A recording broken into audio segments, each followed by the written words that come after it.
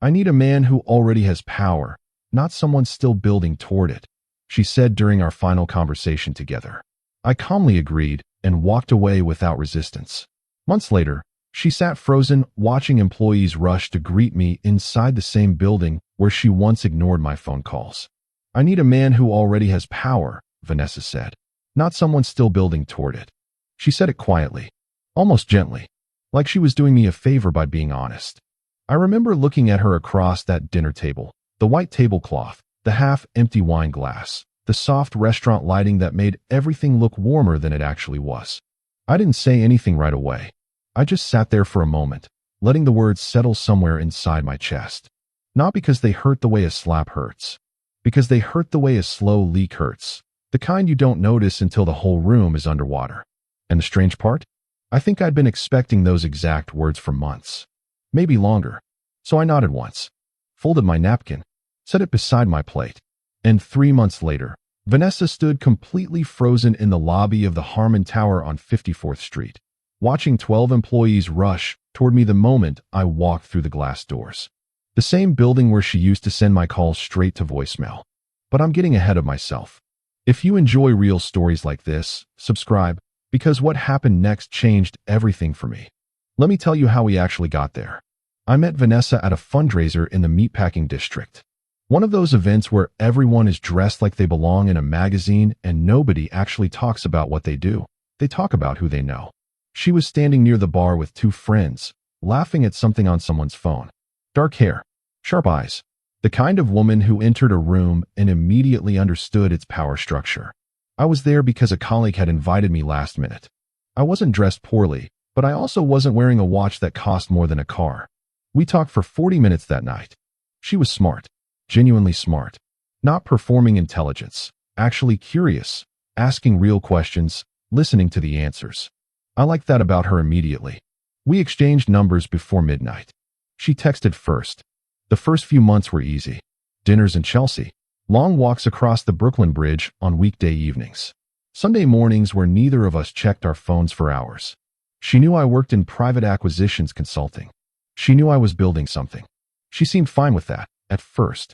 What I didn't fully understand yet was that Vanessa had a world running parallel to ours. A world of charity galas and penthouse parties and weekend trips to the Hamptons with people whose last names appeared on buildings. I wasn't part of that world yet, and she had been slowly deciding whether I ever would be. That should have warned me. The first sign came about 4 months in. We were at a rooftop dinner in Tribeca, her friend Cassandra's birthday. Maybe 14 people. Long table. Open sky. Somebody had brought a very expensive bottle of something that I couldn't identify. I remember sitting toward the end of the table, talking to a guy named Preston about commercial real estate along the Hudson corridor. Not once.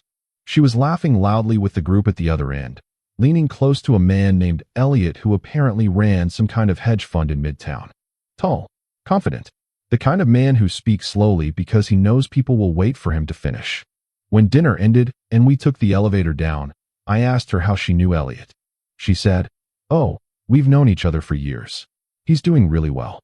Not a red flag by itself, but I noticed she said it the same way someone describes a destination they wish they were traveling to instead. I didn't comment. I just filed it away quietly. 6 months in, the distance started. Not sudden, not dramatic, just a slow cooling. Like how a room doesn't feel cold immediately after someone turns off the heat. You just gradually notice you've been sitting there shivering. She started canceling dinners with short excuses. She stopped asking about my work. When I called during the day, she'd let it ring and text back 30 minutes later. "Busy. Call you tonight." Tonight would come and go. I kept telling myself she was just overwhelmed. She was building her own career. She had her own pressures. I gave her space the way I gave most problems space. Patiently, quietly, trusting that the foundation was strong enough to hold. Looking back now, the signs were obvious. 7 months in, we went to a networking event at a private club on the Upper East Side. Her friend group's event. I'd been to a few of their gatherings by that point. I knew the social geography of the room. There were people who got acknowledged the moment they walked in, and people who stood near walls waiting for an invitation into conversation. I was usually in the second group, not because I had nothing to say, but because I hadn't yet earned the social currency that room used as its primary language. That night, I was talking to a quiet man named Douglas near the window. He was understated, older, easy to overlook in that crowd. We were having a genuinely interesting conversation about infrastructure, investment timelines, and secondary markets when Vanessa materialized at my shoulder. She touched my arm once. Not affectionately. More like she was marking territory, or maybe checking if I was embarrassing her. "You two getting along?" she asked. Douglas smiled pleasantly. After she drifted away, Douglas said, "She seems like she's somewhere else tonight." "She's social," I said. He nodded slowly. "Of course." I didn't think much of it at the time. That wasn't even the worst part. 2 weeks after that event, Vanessa and I had dinner at a French place in the West Village she'd been wanting to try. The food was good. The lighting was low. On the surface, it looked like a perfect evening. But she was quiet in a way that felt deliberate. Not peaceful quiet. Measuring quiet. Halfway through the entree she said, almost casually, "Elliot just closed a deal on 3 buildings in Long Island City." I looked at her. "Good for him," I said. "He's 31, she added. There it was. Not a question. Not a compliment. A comparison. I set my fork down gently. "Vanessa, what are you saying?" She looked at her plate. "I'm not saying anything. I'm just making conversation." I didn't push it. But that silence between us for the rest of dinner had a very specific shape. It was the shape of someone making a decision they hadn't announced yet. What happened next changed how I saw her forever. We were at another event, a fundraiser for some arts organization in the Flatiron District, early October. Vanessa had introduced me to her close friends multiple times by that point. Cassandra, Justine, a woman named Priya, who traveled constantly and spoke in a way that made everything sound like a verdict. That night, I was standing near the drinks table when I overheard Cassandra say to Vanessa, not quietly enough, "He's sweet, but he's still figuring things out, isn't he?" It wasn't really a question. Vanessa's response came after a half-second pause. "He has potential," she said. And the way she said potential, like it was an apology, like it was the nicest way to say not enough. I turned slightly and looked across the room at nothing in particular. I stayed at that event for another 40 minutes. I didn't bring it up in the car ride home. I didn't bring it up ever. But I heard it, and I didn't forget it. Things moved faster after that. Not loudly, not explosively, just with a quiet, accelerating gravity, like something falling that you can't catch anymore. She started arriving late to our plans. Then she started suggesting we skip plans entirely. We stopped talking the way we used to. The late-night conversations disappeared. What replaced them were polite, surface-level exchanges that felt more like texts between acquaintances than conversations between two people who knew each other deeply. I knew what was happening. I think she thought I didn't notice. That was always the assumption people made about me, that because I didn't react dramatically, I must not be paying attention. I was always paying attention. I was just choosing not to perform my reactions for an audience. Then came that final dinner. The one I opened with. It was a Thursday in late November. She'd suggested we meet at a restaurant in Soho she liked, somewhere we'd been before, back when things were different. I think she chose it deliberately. Familiar territory. Safe ground for a difficult conversation. We ordered. Made small talk for maybe 7 minutes. And then she looked up from her menu with an expression I'd seen once before. The expression of someone who had rehearsed what they were about to say and had decided to stop waiting. "I've been thinking," she said. "I know," I said. She looked slightly thrown by that. But she continued. "I think I need someone who already has power, not someone still building toward it." A pause. "That's not a criticism of you. It's just, I know what I need. And I can't keep pretending that what we have is enough for where I'm trying to go." I looked at her for a long moment. She had the decency not to look away. "Are you asking me a question?" I said. "Or telling me something?" "Telling you," she said quietly. "I think." I nodded. "Okay," I said. That was it. No raised voice. No wounded speech. No asking her to reconsider, or to explain herself more, or to give it one more month. I called the waiter over, quietly paid for both meals. She tried to say something about splitting it. I said it was fine, folded my coat over my arm, and left. She sat at that table alone with her wine. I didn't look back when I pushed through the glass door onto the street. The cold air hit my face, and I stood there for about 3 seconds. Then I started walking. I didn't contact her after that. No follow-up text. No just checking in. No reaching out 3 weeks later when the loneliness got loud enough to override your judgment. Nothing. She texted once, for days after. Something brief. "I hope you're okay." I read it. Didn't respond. not out of bitterness. Out of clarity. There was nothing left to say that would mean anything to either of us. I put the phone down and went back to work. Now, here's the part of the story people don't usually see. Because what happened after wasn't sudden. It wasn't a movie montage where the camera cuts from heartbreak to private jets in 90 seconds. It was slower than that, and quieter than that. Before I tell you what happened in those months, let me tell you something I never told Vanessa, or anyone in that circle, for that matter. I had been quietly building something for nearly 2 years before we even met. Not loudly, not visibly. There was no LinkedIn post about it. No cocktail party announcement. No moment where I pulled someone aside at an event and said, "Watch what I'm about to do." I'd spent the first 3 years after graduate school learning things nobody talks about out loud. I'd built a specific kind of relationship with a man named Arthur Greer, a quiet, deeply connected figure in the infrastructure investment space who operated almost entirely below the surface of what's publicly visible. Arthur didn't appear in Forbes profiles. He didn't speak on panels. He had lunch with 3 people a year. I was one of them. He'd been mentoring me, if you can call it that, in a structure so informal it barely had a name. Every few months, he'd invite me to observe something. A meeting, a site review, a call with a city official he'd known for 20 years. He never explained why he was including me. He just kept including me. And I kept showing up, quietly learning, never overstating what I understood. In parallel, I'd been building my own consulting practice. Niche, focused, not flashy. Helping mid-sized firms evaluate acquisition targets in the urban infrastructure space. The kind of work that sounds dry at a dinner party. The kind of work that compounds quietly, and then one day you look up and you have access to rooms that used to be closed. I never told Vanessa any of this in full. She never asked in full. And I learned something important from that dynamic. That some people interpret silence as emptiness. They see a man who doesn't announce himself and they assume there's nothing worth announcing. After the breakup, I worked. That's really it. I worked with a focus I hadn't permitted myself while I was managing someone else's emotional needs alongside my own ambitions. January through March, 3 significant engagements. One with a development group out of Jersey City. One with a private equity firm doing due diligence on a portfolio of transit-adjacent properties in the outer boroughs. And one, the one that changed the trajectory of everything, that came directly through Arthur. He called me on a Wednesday morning in early February. "There's a team assembling around the Harmon Tower acquisition," he said. I knew the building. Everyone in the space knew the building. A 40-story mixed-use tower on 54th Street that had quietly shifted ownership twice in 4 years and was now, according to quiet conversation in the right rooms, about to become the anchor of a major urban infrastructure redevelopment deal. "What kind of role?" I asked. "Advisory," Arthur said, "but with teeth. You'd have real authority over the due diligence process. Your name would be on the analysis that shapes the final structure." I was quiet for a moment. "When does it start?" I said. "Monday," he said, "if you want it. I want to be careful here. I'm not going to tell you that the next several months were effortless. They weren't. The Harmon Tower engagement was serious.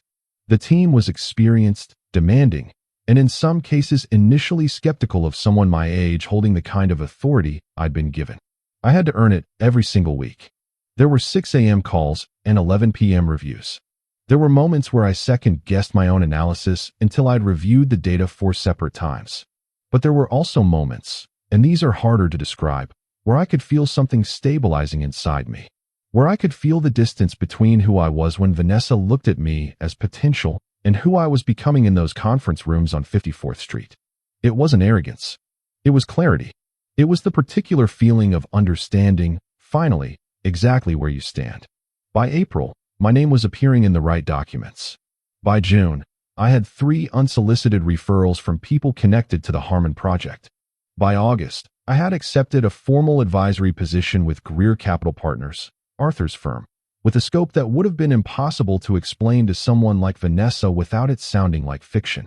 Chicago, Washington, one trip to London for a 2-day meeting that lasted 5 hours and reshaped a deal I'd been quietly working on for months. I moved apartments. Not because I needed to signal anything to anyone, because I could, and because the space suited the version of my life I was now actually living. I started sleeping better, thinking more clearly. Working with a specific kind of confidence that only comes when the gap between your ambition and your reality begins to close. I didn't think about Vanessa often. That's the honest truth, and I know it's not the satisfying answer. People expect heartbreak to linger loudly. But I'd processed most of it in real time, during those quiet evenings after she'd send my calls to voicemail, during the drive home from that networking event when I heard her call me potential like an apology. By the time she ended it, I wasn't destroyed. I was relieved. What I did think about, occasionally, was the shape of a lesson. Not in a bitter way, more in a structural way. I thought about how perception works, how social environments construct their own versions of you and sell them back to you, how someone can look directly at a person for 8 months and never actually see them. I thought about the way a room like that rooftop dinner or that Upper East Side event had its own rules of visibility, and how those rules had very little to do with substance and almost everything to do with surface. And I thought, quietly, about what it would look like when those two worlds finally collided. I didn't plan for it. I didn't engineer it. But I noticed, with a calm and careful part of my mind, that it was probably coming. It was a Tuesday in late October, 14 months after that dinner in Soho. I was walking into Harmon Tower at 9:15 in the morning for a meeting with the Development Oversight Committee, people who had a significant financial interest in the trajectory of the project I was leading the advisory on. The building had changed since the acquisition process began. The lobby had been partially renovated. New security protocols, new staff, a reception desk that now had 3 people behind it instead of 1. I was wearing a dark suit I'd had made in the spring. Nothing showy, nothing that screamed for attention. I walked through the main entrance and the security door opened before I reached it. One of the staff had seen me coming through the glass and moved immediately to clear my access. "Good morning, sir." "Morning," I said. I kept walking toward the elevator bank. Behind the main reception desk, a woman stood up as I approached, not because she had to, but because that had become the unspoken protocol when I arrived for meetings with this team. "Mister," she began. "Conference floor," I said quietly. "I know the way." She smiled and nodded. 2 of the project's junior associates were crossing the lobby and spotted me. One of them moved quickly to catch the elevator doors before they closed. "We didn't know you were coming in this morning," one of them said. "Last-minute addition," I said. And that's when I saw her. Vanessa was standing near the secondary reception area, the one closer to the east corridor, used mostly by vendors and lower-level visitor check-ins. She was with someone, a man I didn't recognize, older, carrying a presentation folder. Her head was slightly down, looking at her phone. And then something, the movement of staff, the quiet urgency in the way people had repositioned themselves around my arrival, made her look up. Our eyes met for less than a second before she processed what she was seeing. What followed, I can only describe as stillness. The particular kind of stillness that happens when your brain is receiving information that directly contradicts something it had decided was permanently true. She didn't move. The man beside her said something, I think her name, but she didn't respond. She just stood there, looking at me, looking at the junior associate holding the elevator, looking at the receptionist who had just greeted me by name, looking at the security door that had opened before I even touched it. I looked at her for exactly as long as it took me to register that she was there. Then I looked forward, stepped into the elevator. The doors closed. I didn't say anything cutting. I didn't pause for dramatic effect. I didn't let my expression shift into something that communicated triumph. I simply got on the elevator and went to my meeting. The meeting lasted 3 hours and was genuinely excellent. When I came back down through the lobby afterward, she was gone. I learned later, through a mutual contact neither of us had stayed particularly close to, that Vanessa had been there that morning as part of a vendor pitch. A marketing firm she'd joined as a senior account manager earlier that year. They had been hoping to secure a contract with the building's new ownership group. The contract, I was told, hadn't gone through. I don't know if what happened in that lobby played any role in that. I didn't ask. Let me tell you the thing I keep returning to. Not the moment in the lobby. Not the image of her standing frozen while people moved around me. The thing I keep returning to is what she said at that final dinner. I need a man who already has power. I've thought about those words more carefully than she probably intended me to. Because the truth is, the power she was looking for? It was already there. Not visible the way she needed it to be. Not performing for an audience the way her world required things to perform. But it was there. In the conversations I was having that she never asked about. In the relationships I was building that I never announced. In the work I was doing at 11 p.m., while she was at rooftop dinners, comparing me to men with flashier surfaces. The thing she didn't understand, the thing she couldn't have understood from where she was standing, is that real structural power almost never looks like what people imagine when they think of power. It doesn't announce itself at dinner parties. It doesn't wear its value on the outside for strangers to verify. It moves quietly, and it builds slowly, and one morning it walks through a glass door, and the whole lobby rearranges itself without anyone being asked to. She wasn't looking for power. She was looking for the performance of power. And those are two completely different things. I had one. I just hadn't learned to perform the other. By the time she finally understood the difference, I was somewhere she couldn't follow. A few weeks after that morning at Harmon Tower, I was having coffee alone in a place I liked in the West Village, the same neighborhood where we'd had that last dinner. I sat there for a while. No phone in hand. Just coffee. A window. The street outside going about its Tuesday. And I noticed that I wasn't angry. I wasn't triumphant. I wasn't rehearsing anything. I was just sitting there. Quiet. Present. Completely indifferent to the version of my life that had included Vanessa and all the rooms she'd taken me into and all the ways that world had looked at me and decided I didn't add up to enough. That indifference, I realized, was the thing she could never have given me. I had to walk away to find it. There's one more thing. Not long after, maybe 2 months, I was in a meeting with Arthur and 2 partners from a firm we'd been working with on a secondary deal. Afterward, walking out onto Park Avenue, Arthur fell into step beside me. He was quiet for half a block. Then he said, "You know, I've been watching how you carry yourself in those rooms." "I know," I said. "You don't show them much," he said. "No." Another half block. "Good," he said. And that was it. No speech. No formal recognition. Just one word from a man who had seen real power built from the ground up across 4 decades. Good. I understood what it meant. I'd understood it for a long time. Some people only recognize value after someone else confirms it. Vanessa needed a room full of employees rushing toward me before she could see what had been sitting across a dinner table from her for 8 months.